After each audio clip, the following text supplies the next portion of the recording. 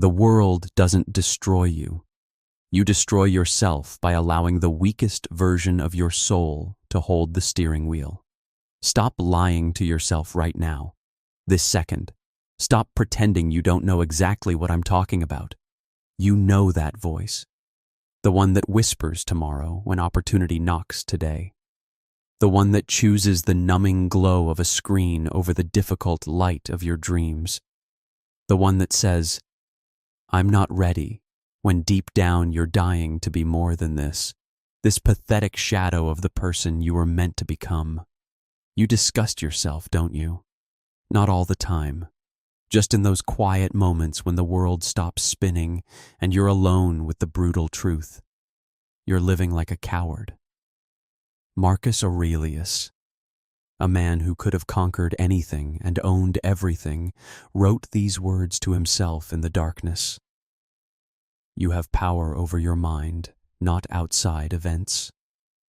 Realize this, and you will find strength. He wasn't giving a motivational speech. He was having a conversation with his own demons, the same demons that live in your head. Every morning you wage a war, and every morning you surrender. Your alarm screams, your dreams whisper, and you choose the warm bed over the cold truth that champions are built in the moments when everything in you wants to quit. You've made friends with mediocrity. You've gotten comfortable being uncomfortable with your own potential. But here is what is about to happen. In the next few minutes, I'm going to show you how to commit murder. A cold-blooded, premeditated murder of every weak, sniveling, excuse-making part of yourself that's been stealing your life. We are at a funeral, the funeral of your old, pathetic self, and if you have any fire still burning in your soul, you'll stay until we bury that version of you forever. Number 1, your comfort zone is a gilded coffin. You are dying. Not someday. Right now. Every second you spend in your comfort zone, a piece of your soul rots away. Every time you choose easy over necessary, you're digging your own grave with a silver spoon. Epictetus was born a slave. He was beaten, chained, and owned. Yet, he became one of history's most powerful minds. How? He realized that no one can hurt you without your permission. What's your excuse again? I don't have time. I don't have money. Shut up. You have something more powerful than all of that combined. You have choice, but you've been choosing comfort over character. Your weak self has convinced you that struggle is a punishment. But the brutal truth is that every single thing worth having in life lives on the other side of discomfort.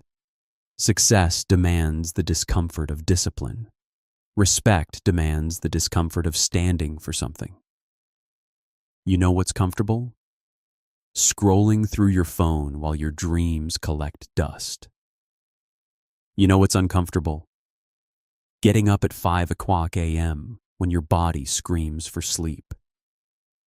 The Stoics discovered 2,000 years ago that the discomfort of discipline weighs ounces, but the discomfort of regret weighs tons. 20 years from now, which weight do you want to be carrying? Number 2, the war between your ears. There is a war happening inside your skull right now, and you are losing. 2 voices are fighting for control of your destiny. One voice whispers poison. You're not good enough. The other voice roars truth. You were born for greatness. Guess which one you've been feeding? The real battle isn't against external enemies. It's against the terrorist living between your ears. Your weak voice is a master manipulator. It doesn't just say you can't. It says, be realistic. It sounds like wisdom, but it's poison disguised as protection. The Stoics called the solution prohairesis, the ability to watch your thoughts like a hawk watches prey. From this moment forward, you are the bouncer in the nightclub of your mind. If a thought doesn't serve your growth, It doesn't get past the door. Your mind is sacred territory. Start treating it that way. Number 3, your excuses are death certificates. Every excuse you make is a legal document documenting the death of your potential. It's not the right time is the death of the present moment. What if I fail? Is the death of courage. Seneca lost everything multiple times. He wrote, "It is not that we have a short time to live, but that we waste a lot of it." While you're making excuses, someone else is making history.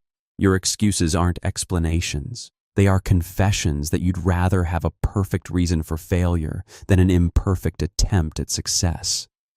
Behind every excuse is fear. Fear of judgment, fear of the unknown.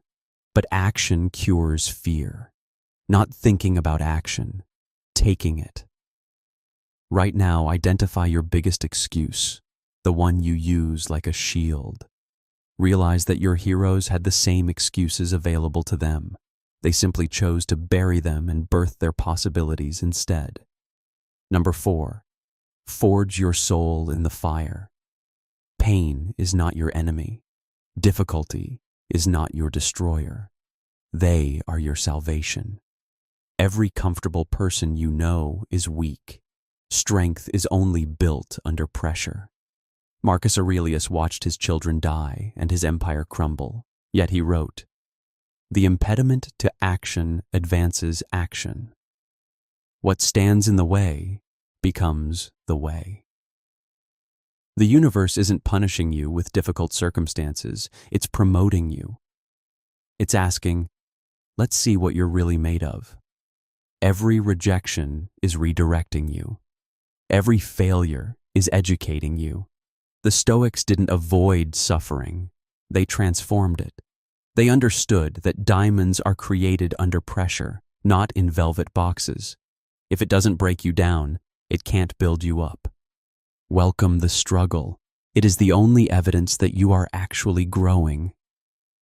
Number 5, own your life like your life depends on it. Everything in your life is your fault. Your success, you created it. Your misery, you manufactured it. I don't care about your childhood or the economy. None of that controls your future unless you give it permission. Epictetus taught that while we don't control the cards we are dealt, we control exactly how we play the hand. Your victim story is keeping you victimized. Victims stay comfortable pointing fingers instead of looking in mirrors. But champions own everything. When you own your failures, you gain the power to fix them. You are not a passenger in your life. You are the driver, the navigator, and the destination. The moment you stop blaming others is the moment you become unstoppable. Number 6, live like death is watching. You are going to die, maybe today, maybe in 50 years, but the clock is ticking. Your weak self tries to ignore this. Your strong self uses it as rocket fuel. Marcus Aurelius kept a skull on his desk to remember memento mori. Remember you must die, not to be morbid, but to be liberated. You're worried about what people think of your posts. You're worried about being embarrassed. You are a biological miracle hurtling through space, and you're worried about the opinions of people who will be dust in 100 years. Every moment you waste worrying about judgment is a moment of life you'll never get back. Stop living like you have forever. Stop postponing the life you actually want. Death doesn't care about your perfectionism. It only cares if you were truly alive while you had the chance.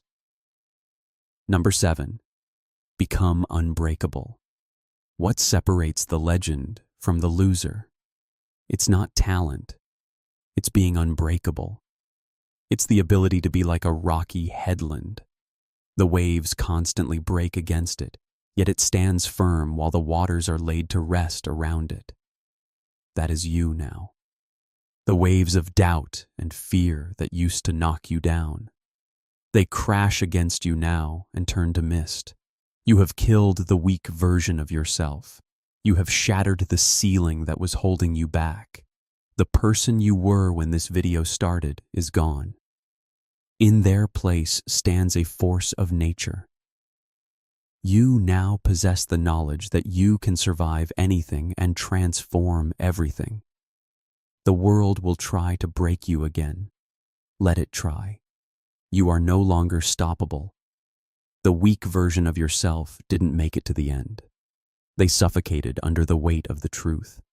What stands in their place is something the world hasn't seen before. Every morning, the sun rises and the war begins again. But now, you aren't fighting to survive. You are fighting to dominate. There is no standing still. You are either getting stronger or you are rotting. The weak me is dead. The strong me is alive. Welcome to your new life, warrior. Now, go out and prove that burying the loser was the best decision you ever made.